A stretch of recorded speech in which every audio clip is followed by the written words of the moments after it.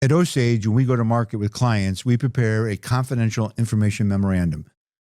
Big document, 35, 40 pages long. In the trade, we call it the SIM, the book.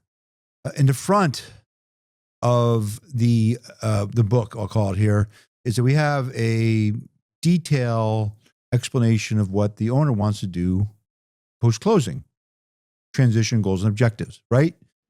It could be like, I want to work for 6 months and then transition out. I'm willing to work for a year and transition out. What happens, though, when you're negotiating a letter of intent with a buyer that has the right number on the table that works for you and your family, but a condition of that LOI, letter of intent, is they need you to stay on longer. Hi, everybody. I'm kdee. Welcome back to our podcast, Ins and Outs of Selling a Business, and this week's big hurdle. So that transition period, right? Your goals and objectives. You want to be out sooner than later. But as you get into negotiations with potential buyers, they see that you are a critical aspect of that business, and they need you to stay on longer. It could be because of a high level of customer concentration. So that transition of the ownership of owning that customer from you back to them they feel needs a longer timeline. The tribal knowledge you have, you have all these data and everything in the business, but you have a lot between the ears that has not been translated onto the factory floor or through other employees. So they have an intense need for you to stay on. They look at you as the leader of the pack, so to speak. That they need you to be there from a employee retention perspective. And you may want to stay on longer because there's an earnout component. There's a contingent payment that could be a year, 2 years out. So you want to be involved in the business that will allow you to have some say or direction on how that achieving those goals to receive that contingent payment. These are all things that can extend your timeline at the business. And some owners are frankly not happy with that, right? They just want to move on. But, the buyer is likely our clients are writing a check in the high 7 figures, 8 figures. And, it's a meaningful amount of money and they need to protect their side. Their investment committee may require it. Their lender may require it. So how do you manage that from your perspective to get your mind around, I got to stay on longer?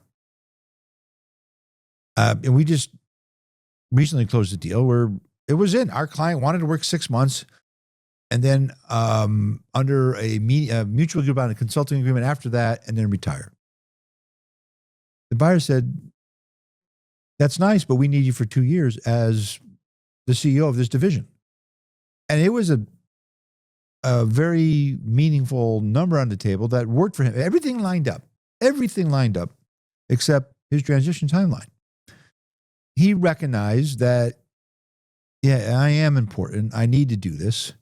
And I'm willing to do it for the sake of the business longevity, for my family, and for myself.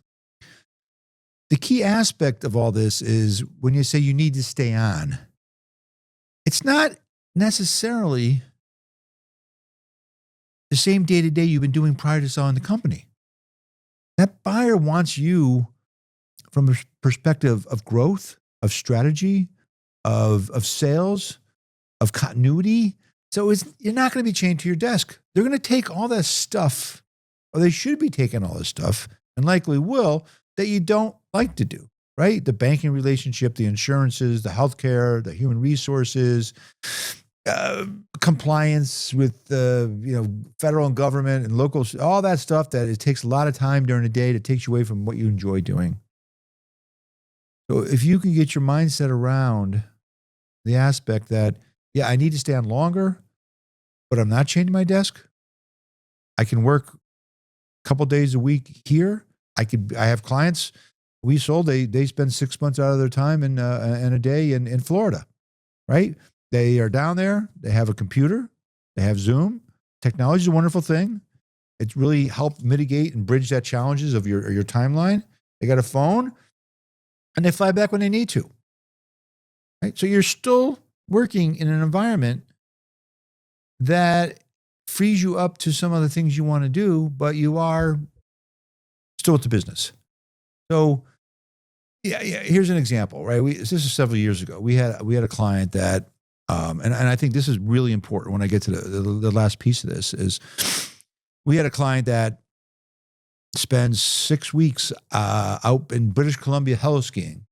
He's got a setup up there. He's got a sat phone. Got a cellular phone. And then he spent a month down in the Adirondacks. Excuse me, it was the down in North Carolina. Kiteboarding right on the ocean, right? Lake Hatteras, I guess they call it. So, anyways, he said, "Look," to the buyer. He said, "Look, I like to do these things. These are important to me." And the buyer said, "That's fine. We don't need you to be here. We just need you to be accessible." So he was able to live his lifestyle like he likes to live it, but he was still with the business.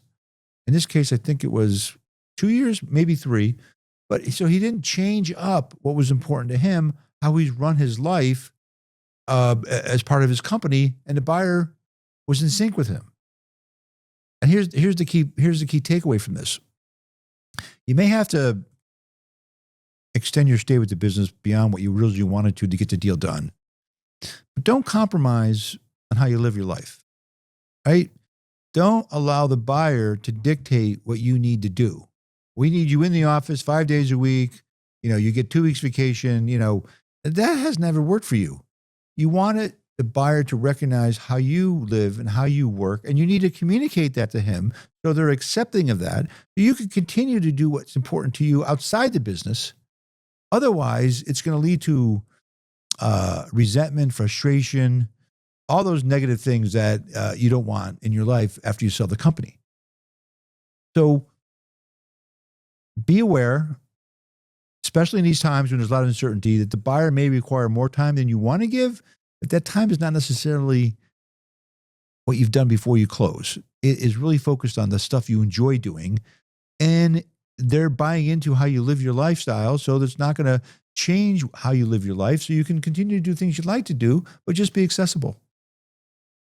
If you want to get the deal done with the right buyer, with the right value, that's the right fit, sometimes you have to compromise on how long you stay with the business. But at the end of the day, it's good for you and it's good for your family. Again, I'm kdee, President of Osage Advisors. If you enjoyed this episode of this week's Big Hurdle, you can watch another one by clicking the link below. Thanks for being with us today and have a great day.